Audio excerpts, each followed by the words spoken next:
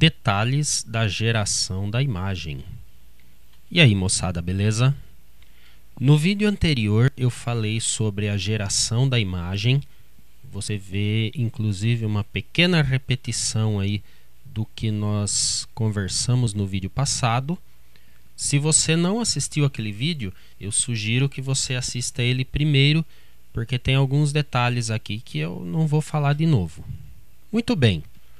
Precisamos levar em consideração alguns detalhes da geração da imagem ainda, que vão ser importantes para os próximos vídeos, onde nós vamos ver a geração da onda dente de serra e dos geradores de varredura vertical e horizontal.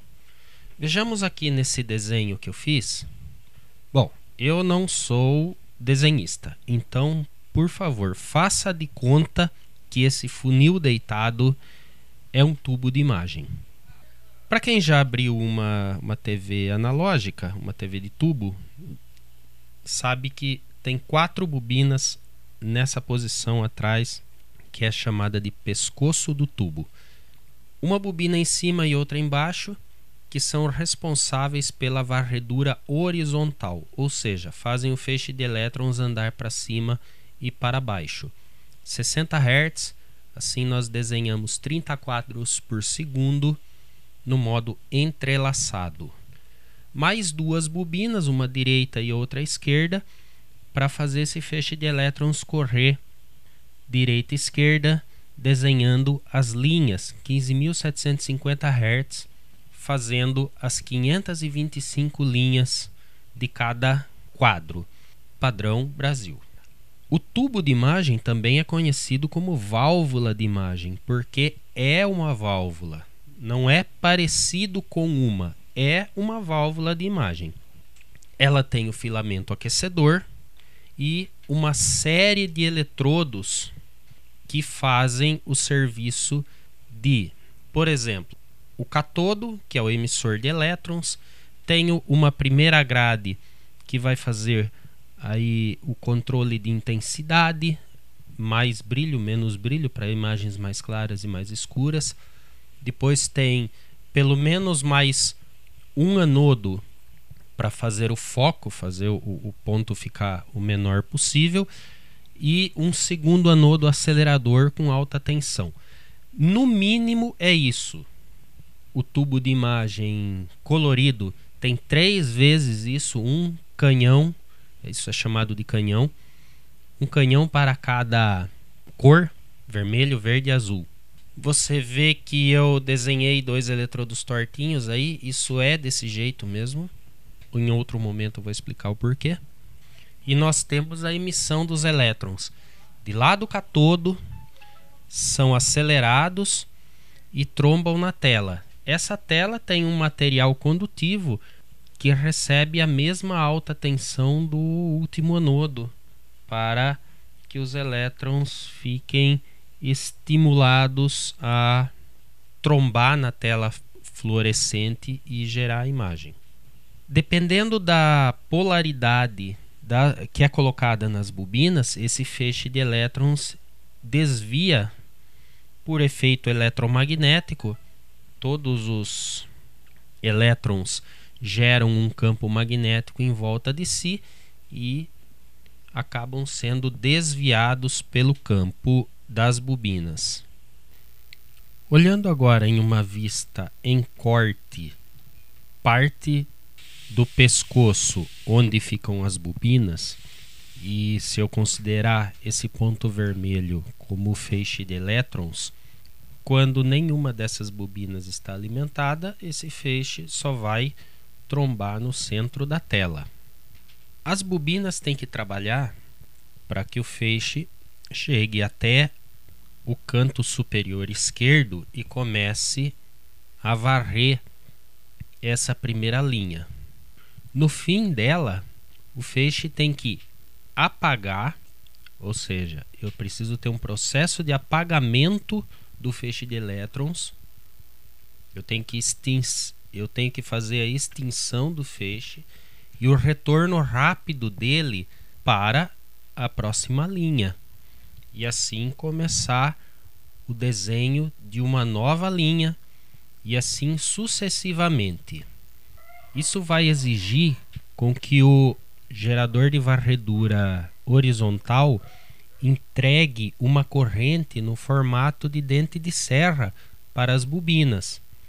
A dente de serra evolui numa velocidade constante, ou seja, o campo magnético puxa o feixe da esquerda para a direita na velocidade do desenho da linha e depois retorna rapidamente para a próxima posição. Não consegue retornar de forma instantânea porque eu tenho que fazer a transição do campo magnético. Isso não é instantâneo.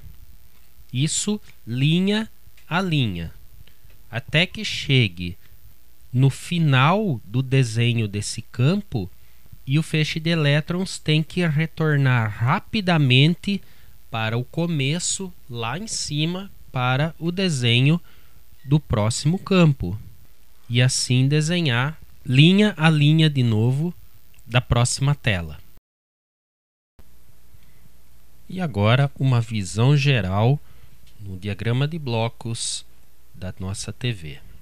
Você vê aqui no diagrama que é bem mais complexo do que de um rádio, mas tem alguns pontos que são muito parecidos, guardadas as devidas diferenças com relação ao alcance de frequência, frequência intermediária em outro valor, duas portadoras, uma modulada em amplitude, outra em frequência, todo mundo junto e misturado.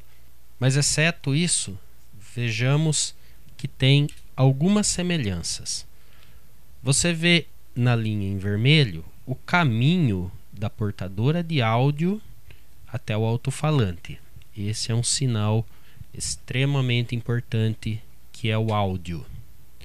Em azul eu tenho o sinal de vídeo, aquele que vai fazer o claro e o escuro, vai dar a tonalidade.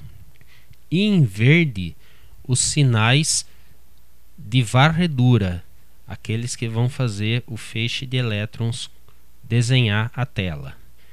O conjunto dos três é a nossa TV analógica. Agora, rapidamente, em poucas palavras, o que é cada um desses blocos, que a gente vai conversar nos próximos vídeos.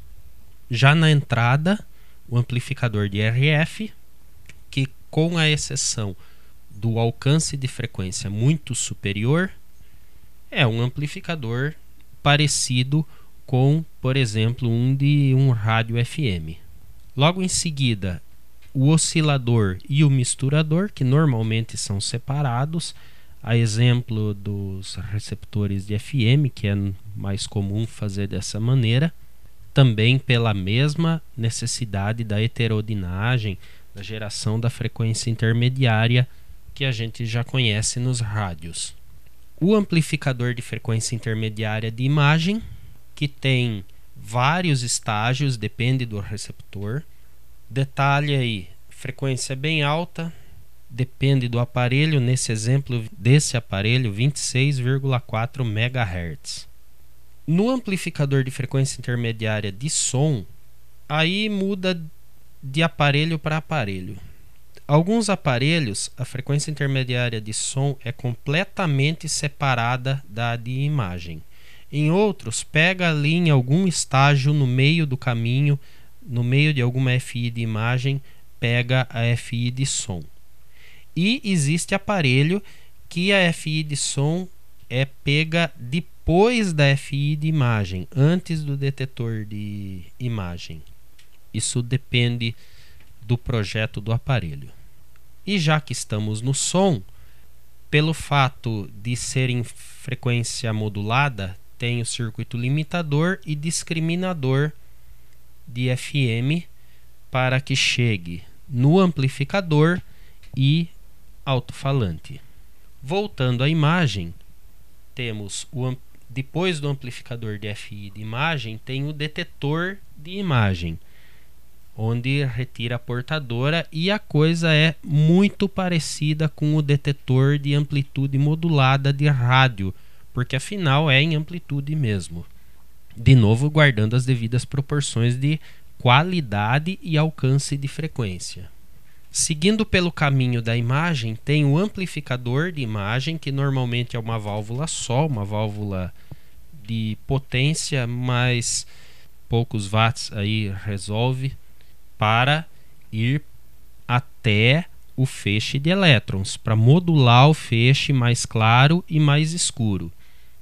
Logo depois do detetor de imagem também, ou lá no meio do circuito amplificador de imagem, é retirada uma parte, uma amostra para o ceifador, que vai separar apenas os pulsos de sincronismo, que vão para um circuito que separa o sincronismo vertical do horizontal, para que logo em seguida os geradores de varredura sejam sincronizados. Esses geradores são dois geradores autônomos, são dois osciladores autônomos que, sem sinal, eles oscilam para desenhar a tela branca, mas quando tem o sinal da emissora, esses osciladores são sincronizados para o travamento da imagem. No gerador de varredura vertical, o circuito entrega o sinal para o amplificador de varredura vertical e finalmente para as bobinas de deflexão vertical. No gerador de varredura horizontal acontece a mesma coisa. Aí nesse diagrama mostra um controle automático de frequência também, mas vai acontecer a mesma coisa aí, um gerador autônomo de sinal dente de serra, que vai para o amplificador de varredura horizontal e envia para as bobinas de deflexão horizontal também.